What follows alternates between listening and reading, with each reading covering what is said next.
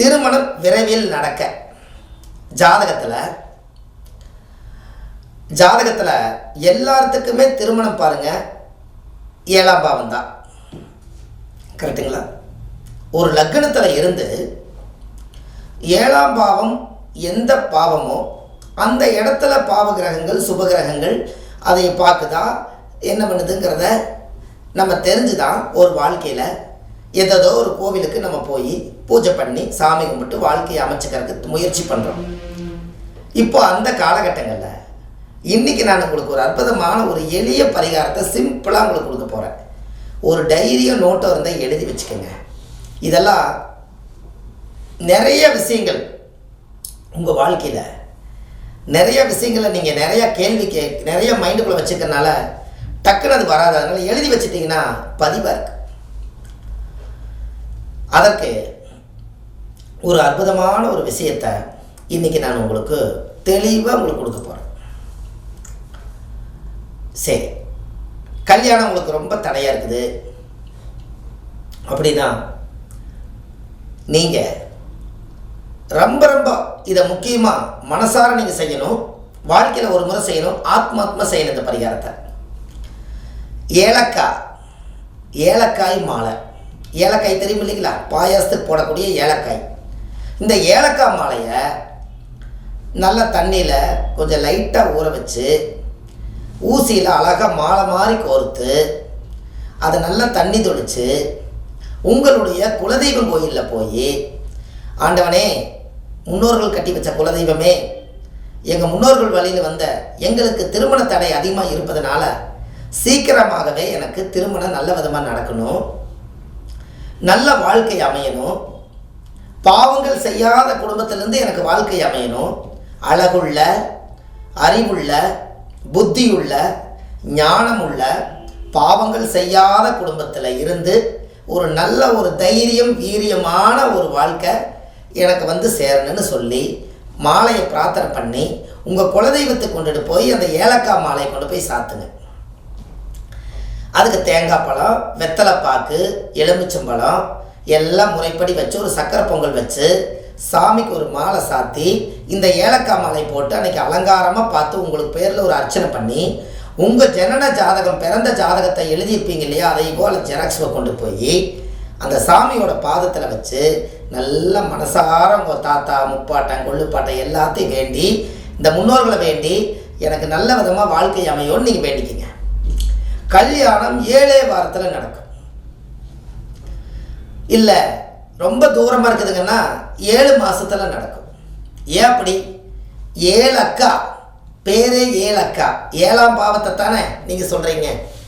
அப்போ 7 அக்கா அப்படிங்கிறது தான் 7ஆம் பாவம். ஏன் 7 அக்கான்னு வந்துச்சு உங்களுக்கு புரியுதா?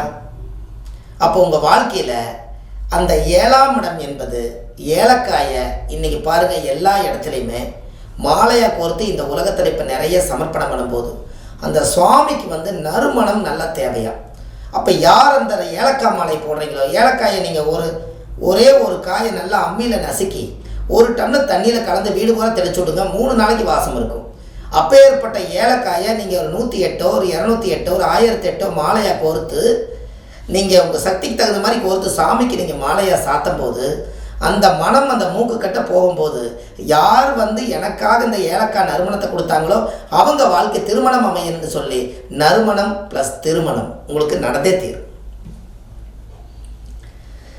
கண்டிப்பாக இதை செய்வீங்களா? சின்ன பரிகாரம் தான் அது. உங்கள் குலதெய்வம் தான், உங்கள் தாய் வீடுக்கு தான் செய்கிறீங்க, உங்கள் தாத்தா கட்டி வச்ச குலதெய்வம் தான், உங்கள் முன்னோர்கள் கட்டி வச்ச குலதெய்வம் தான்.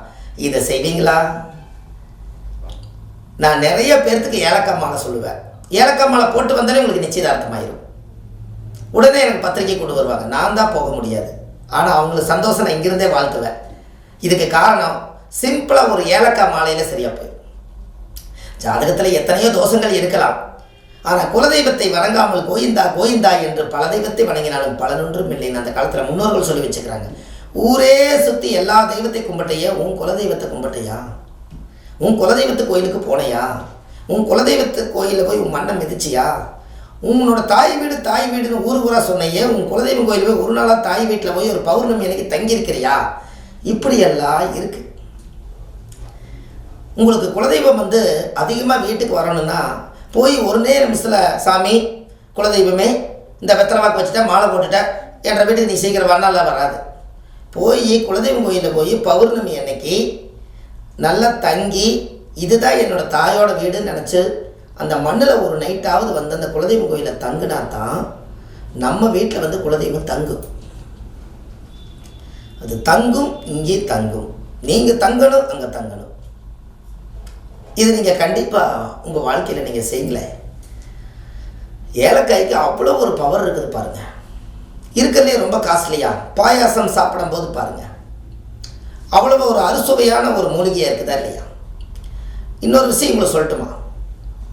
நீங்கள் கேட்குற மாதிரி தான் நான் சொல்கிறேன், இல்லைனாலும் நான் சொல்லத்தான் போகிறேன், இருந்தாலும் கூட சொல்லிடுறேன்.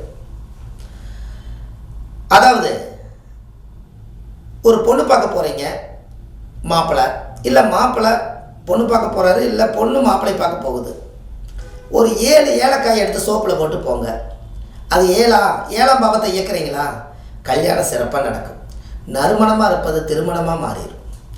நறுமணம் ப்ளஸ் திருமணம், இதெல்லாம் உங்கள் வாழ்க்கையில் தேட கிடைக்காத பொக்கிஷம். சிம்பிள் பரிகாரம்.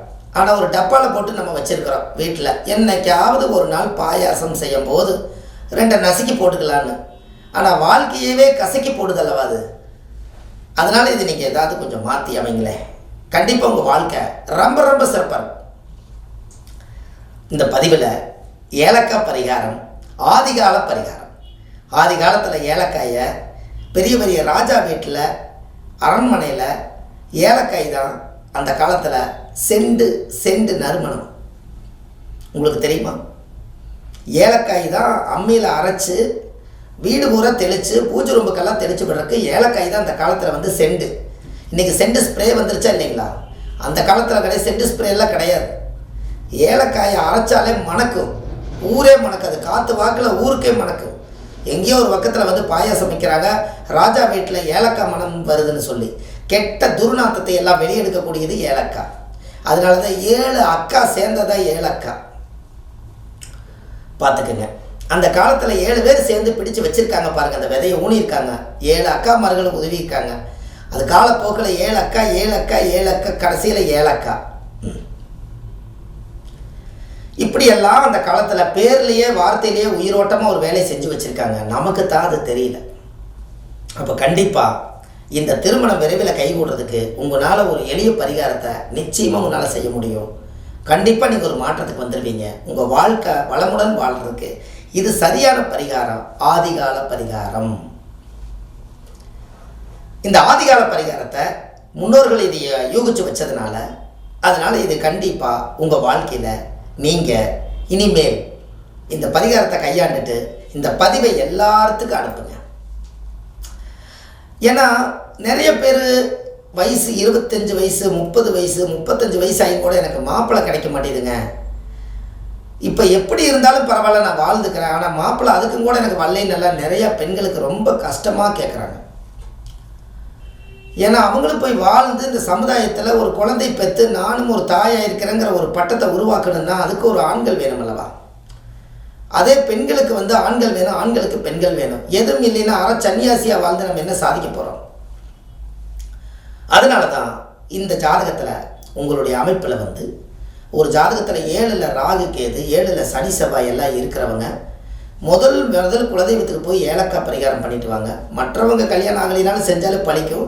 இந்த பாவத்தை அந்த நீச்சத்தை நறுமணமாக்கக்கூடியதும் திருமணமாக்கக்கூடியதும் இந்த ஏலக்காயே. அதனால் நீங்கள் தொழில் பண்ணுற இடத்துலையும் கூட 2 ஏலக்காயை டப்பாவில் வச்சுக்கோங்க. அந்த இடத்துல இருக்கக்கூடிய துர்வாசம் எல்லாம் வெளியில் போய் நறுவாசம் வந்துடும்.